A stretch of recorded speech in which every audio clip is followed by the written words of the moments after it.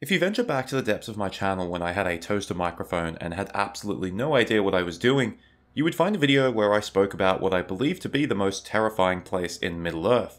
Spoiler alert, that video was about Nan Dumgorthin, the spider-infested valley in Beleriand where Ungoliant briefly made her home, and where spiders like Shelob came from. But what if I told you that Nan Dumgorthin was once completely different, but also equally as terrifying?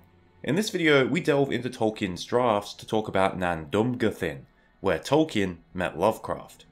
Also, before I start, quick warning, if you have arachnophobia, maybe listen to the video rather than watch it because there will be images of spiders.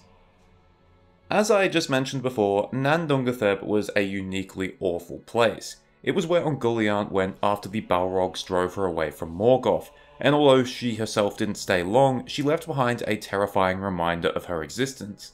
You see, she filled the mountains and valleys with her terrible brood, such as Shelob. This was a place where light itself seemed to be devoured, where the water would drive you mad if you drank it, and where even passing through was enough to give you PTSD. In that sense, Nan Dumgorthin's meaning, the Valley of Dreadful Death, is no exaggeration. But before Nan Dumgorthin was Nan Dumgorthin, it was known as Nan Dumgorthin, the Land of Dark Idols. This is the version of that land which appears in the Book of Lost Tales Part 2 and in the Lays of Beleriand.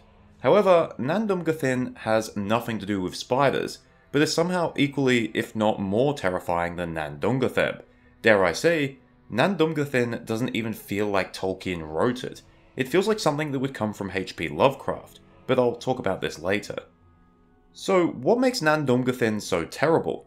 Well, we only get a few lines about it, but it's enough. In the Book of Lost Tales, Nan Dumgorthin is a dark forest land to the east of Doriath, as opposed to a valley north of Doriath. And instead of being inhabited by spiders, it's inhabited by men. But these aren't regular men. They're described as evil tribes of renegades who make sacrifices to dark gods, who have hidden shrines on a mountain within the forest. That's the only mention they receive in the Book of Lost Tales. Nan Dumgorthin makes another, slightly altered appearance in the Lays of Beleriand, specifically the Lay of the Children of Hurin. In this version, Nan Dumgorthin changes slightly. It becomes a valley instead of a forest, described as grey, dark, and unholy. Turin and a character called Flinding, an earlier version of Gwyndor, pass through this valley after the accidental death of Beleg. It ends up being an awful experience for them. They are shadowed by the inhabitants of the valley, only described as ghostly dwellers, whose mere presence alone is enough to terrify them, so badly that their whole bodies are affected. While these inhabitants do not harm them, they do laugh incessantly, which is described as harsh, hollow, and almost demonic in sound as it echoes throughout the valley. But perhaps the creepiest mention of Nan Dumgorthin is this short excerpt. In Nan Dumgorthin, where nameless gods have shrouded shrines in shadow's secret, more old than Morgoth or the ancient lords, the golden gods of the guarded west. Who these nameless gods were supposed to be is entirely unknown. Outside of these short mentions of Nan Dumgorthin, there's no real evidence that Tolkien was playing around with the idea of there being an entirely different pantheon of gods outside of the Valar. Perhaps they were earlier versions of the Nameless, those beings that Gandalf encountered beneath Moria, who, if they had been on Arda since the start, would technically be older than Morgoth or the Valar. Notably, the earlier version of Ungoliant belonged to this group. She was a primeval spirit that was bred from the darkness of the void.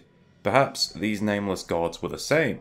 And how the men of Nan Dumgorthin encountered these nameless, or why they started worshipping them, is a mystery in itself. All of this paints a rather terrifying picture.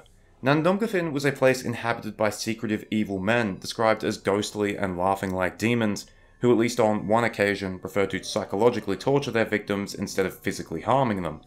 What's more, these men worshipped nameless gods at secret shrines, and made sacrifices to them. Whether these sacrifices were human or of another kind, we don't know. And allegedly, these secret nameless gods were older than Morgoth and the Valar. You might be able to understand why I said that Nan Dumgorthin feels less like Tolkien and more like something from HP Lovecraft. I mean, the whole nameless gods older than the Valar certainly evokes imagery of cosmic horror. The valley itself seems like a place of both physical and psychological horror, and the men who live there seem like a cult, holding on to horrific ancient traditions that are totally alien to the world around them. So, in saying all that, was Tolkien influenced by Lovecraft? Was Nan Dumgorthin inspired by somewhere in Lovecraft's tales? The answer, as far as we know, is no. While Tolkien and Lovecraft were contemporaries, there's absolutely zero evidence that Tolkien was influenced by Lovecraft. The only story of Lovecraft's that Tolkien is confirmed to have read was The Dune That Came to Sarnath. This was sent to Tolkien by American author Leone de Camp, as part of an anthology called Swords and Sorcery. According to de Camp, Tolkien said he found the stories interesting, but didn't really like them. What he thought about the Doom That Came to Sarnath specifically is unknown. Also, this was all in 1964, decades after Nan Dumgorthin ceased to exist. Instead, both Tolkien and HP Lovecraft were heavily influenced by Edward John Morton Drax Plunkett, more commonly known as Lord Dunsany. Nan Dumgorthin may have been a brief example of that influence. So why did Tolkien replace Nan Dumgorthin? Well, he never explicitly explains why, but you can see how Nan Dumgorthin became outdated. As the years went on, Tolkien's legendarium became a lot more cohesive. The Lovecraftian vibe of Nan Dumgorthin and its inhabitants simply didn't fit in with their surroundings. And there was a lot more practical reason too. Tolkien eventually changed Ungoliant so that she went to Middle-earth with Morgoth, and she needed a place to go. Instead of inventing an entirely new place, Tolkien simply changed Nan Dumgorthin to Nan Dumgortheb. The dark forest valley filled with demon-worshipping renegade men became a shadowy valley filled with terrifying spiders. I'll let you decide if that was an upgrade or a downgrade. Thank you for watching. I hope you enjoyed it or at least found it interesting.